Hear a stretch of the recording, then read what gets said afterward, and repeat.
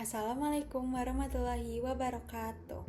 Izin memperkenalkan diri, nama saya Jalfa Fairuz Hairunisa dengan 3 NIM terakhir 140.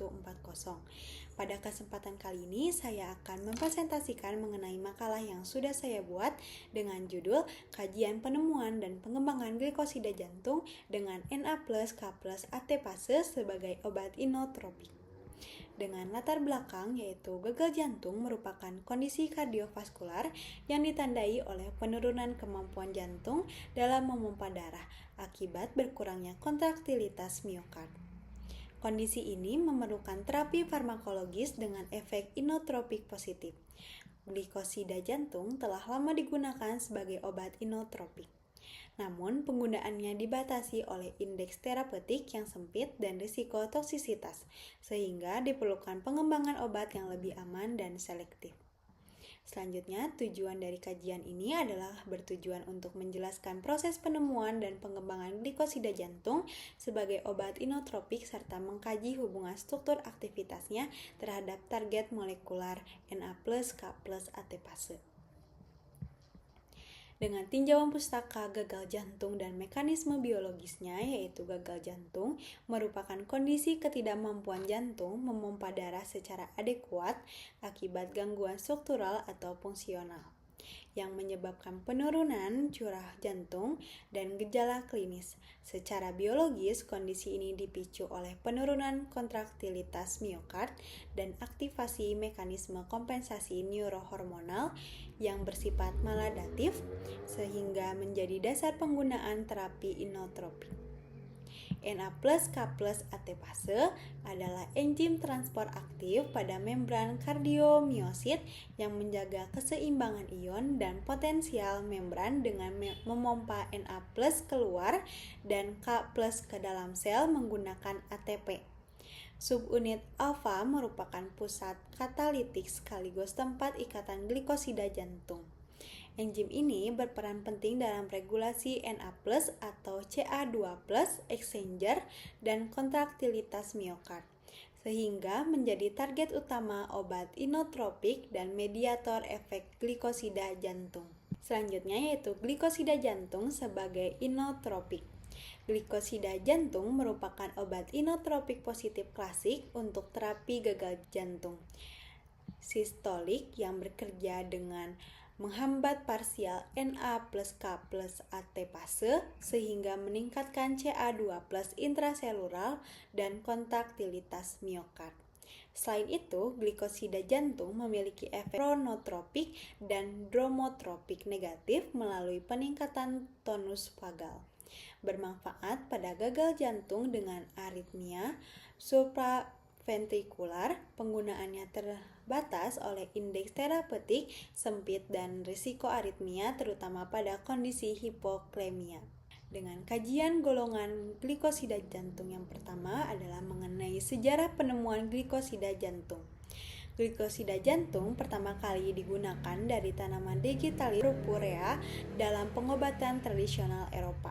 Dan pada tahun 1785, William Withering mendokumentasikan secara sistematik efek terapeutik serta batas toksisitasnya pada gagal jantung.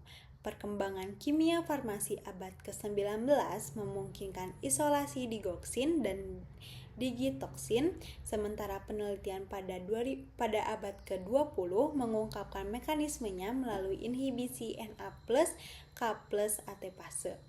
Meski kini digunakan lebih selektif karena indeks terapeutik sempit, glikosida jantung tetap penting secara historis dan ilmiah sebagai obat kardiotonik berbasis bahan alam. Klasifikasi glikosida jantung inotropik, yaitu glikosida jantung diklasifikasikan berdasarkan struktur kimia dan sifat farmakokinetiknya. Karena mengaruhi potensi inotropik, durasi kerja, dan risiko toksisitas. Cardenolida seperti digoksin, digitoksin memiliki cincin lakton 5 anggota dan bekerja menghambat Na+, K+, ATPase. Digoksin lebih hidrofilik dengan eliminasi ginjal, sedangkan digitoksin lebih lipofilik dan berdurasi panjang dan Buffadenolida memiliki cincin lakton 6 anggota, namun jarang digunakan secara klinis karena toksisitas tinggi, sehingga pemilihan terapi disesuaikan dengan kondisi pasien. Selanjutnya, mekanisme kerja glikosida jantung. Glikosida jantung menghambat Na+K+ ATPase pada subunit alfa kardiomyosit, meningkatkan Na+ intraseluler, menurunkan aktivitas Na+Ca2+ exchanger, dan menyebabkan akumulasi Ca2+ yang meningkatkan kontraktilitas miokard. Efek inotropik positif. Obat ini juga meningkatkan tonus vagal sehingga menurunkan frekuensi jantung dan kondisi atrioventrikular. Bermanfaat pada fibrillaris atrium. Selain itu, ikatan dengan Na+K+ ATPase dapat mengaktifkan jalur sinyal intraseluler yang berperan dalam regulasi fungsi sel. Selanjutnya, mengenai kajian penemuan dan pengembangan secara kimia medisinal. Pada poin pertama yaitu identifikasi dan validasi target Na+K+ ATPase. Na+K+ ATPase dipilih sebagai target utama obat inotropik karena perannya dalam menjaga guardian ion yang menentukan eksitabilitas dan kontraktilitas kardiomyosit. Penghambatan enzim ini meningkatkan Na+ dan Ca2+ intraseluler melalui penurunan aktivitas NCX, sehingga menimbulkan efek inotropik positif. Pengembangan difokuskan pada isoform subunit alfa jantung untuk meningkatkan selektivitas dan menurunkan toksisitas dengan validasi target melalui pendekatan in vitro, in silico, dan in vivo. Yang kedua, senyawa awal atau lead compound. Digoxin digunakan sebagai senyawa awal karena aktivitas inotropiknya telah tervalidasi dan mekanisme kerjanya jelas. Struktur inti steroidnya berperan dalam ikatan dengan Na+K+ ATPase, sedangkan gugus gula mempengaruhi sifat fisikokimia dan farmakokinetik melalui penghambatan Na+K+ ATPase dan peningkatan Ca2+ intraselular. Digoxin menjadi dasar pengembangan glikosida jantung dan obat inotropik yang lebih selektif dan aman. Pada poin ketiga yaitu hubungan struktur dan aktivitas atau disingkat SAR. Aktivitas glikosida jantung ditentukan oleh inti steroid, cincin lakton tak jenuh C17 dan gugus gula C3. Inti steroid dan konfigurasi cincinnya mempengaruhi ikatan dengan Na+K+ ATPase. Cincin lakton C17 merupakan farmakofor utama efek inotropik, sedangkan gugus gula menentukan sifat farmakokinetik dan risiko toksisitas. Poin keempat yaitu senyawa hasil pengembangan. Pengembangan glikosida jantung menghasilkan digotoksin dengan durasi kerja lebih panjang, metildigoxin dengan bioavailabilitas oral lebih baik. Penelitian terkini juga mengembangkan analog yang lebih selektif terhadap Na+K+ ATPase jantung untuk mempertahankan efek inotropik positif dengan risiko toksisitas yang lebih rendah. Aktivasi farmakologi dan keamanan. Pada poin pertama yaitu aktivasi farmakologi glikosida jantung.